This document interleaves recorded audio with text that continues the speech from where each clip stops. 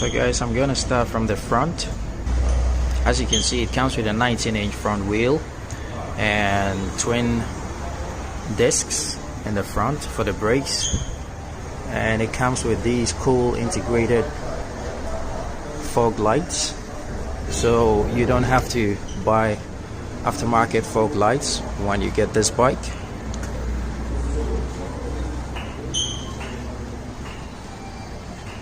And this is how the headlight looks like. It has daytime running light up here and the headlights, low and high beams on both sides. Got your turn signals, you got your screen, windshield, which is from factory, and it has integrated hand guards, so you don't have to buy hand guards when you get this bike.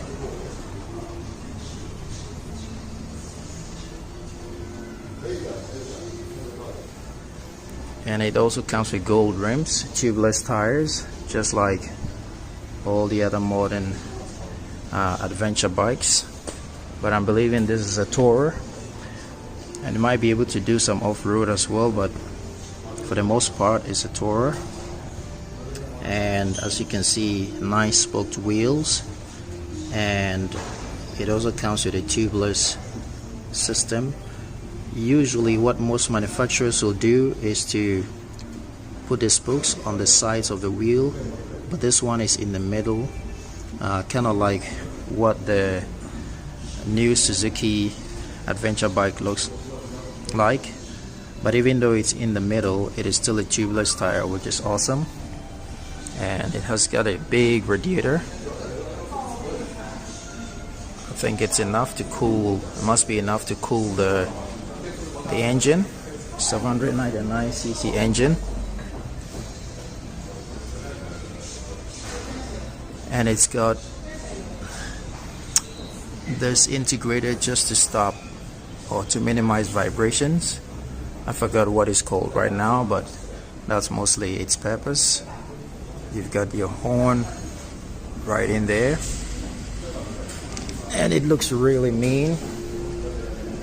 It also already comes with crash guards, so you don't need to install any aftermarket crash guards. And the guy told me it comes with a quick shifter as well, which is awesome. And you can see it comes pre-installed with 2 USB outlets on the left hand side and a 12-volt socket on the right hand side. This one I'm looking at right now it costs about 67,000 or so RMB. That's if it comes with the 3 boxes installed, and it's even cheaper. And 67,000 is just about $10,000 or less, maybe 8 to 9,000 US dollars. It comes with a GH1 brake calipers, which looks really cool, with a very solid looking disc. You get it, it's kind of dark in here, but you've got an ABS system right here, and it's got a nice solid bolt to hold things together. And for easy inflation, the inflation can be done on the side, so it's not sticking out in the middle to cause trouble when you're inflating. And it's convenient. Let me just switch to this one so you can see what's going on with the chain.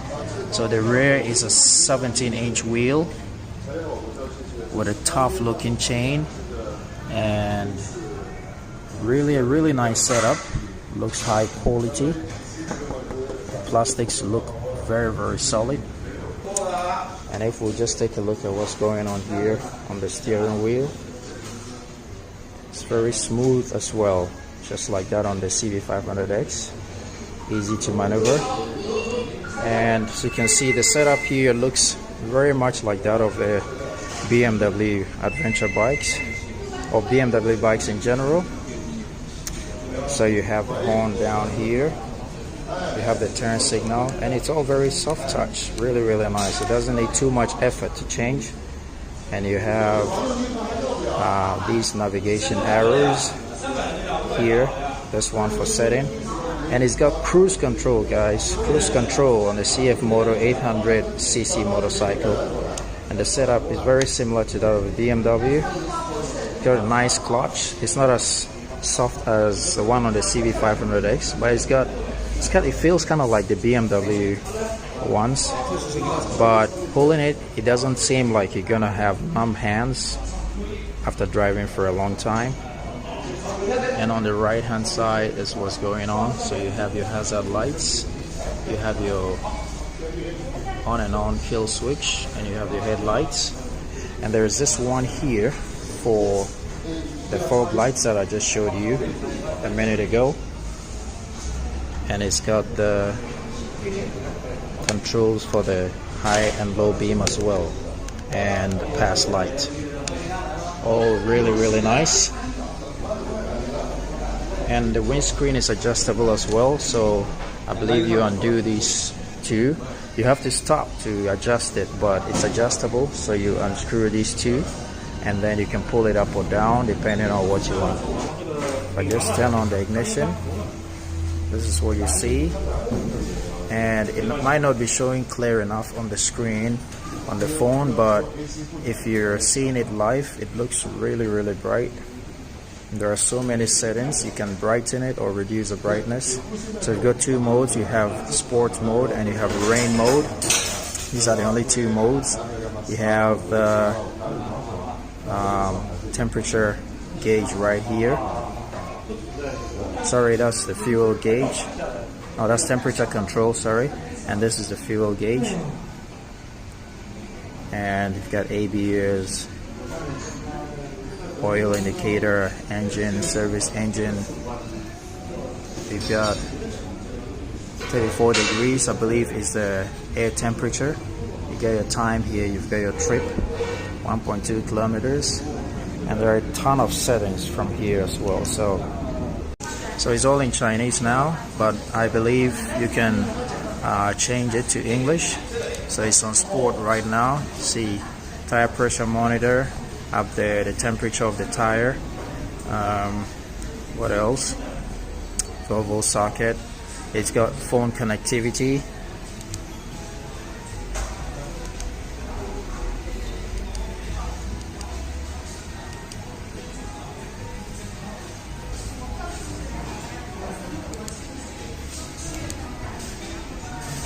And date and things like that. It's got a lot of information right here, so it looks really crisp and really nice. The grip handles are nice and firm but soft at the same time. Yeah, so that's a very good solid build. Okay, your rev counter tells you your side stand is up. The front springs are adjustable, but not electronically. You need a screwdriver to do both sides. So S will be soft, H will be hard, like on most bikes. And the spring underneath is not electronically adjustable, but you can also adjust it.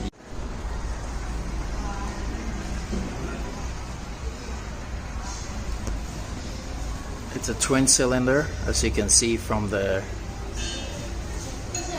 exhausts, and it's got this engine guard, engine protection underneath, pre-installed from factory. And the pegs have this rubber, which I believe you can undo, so you have a stronger grip. Got a side stand and a center stand.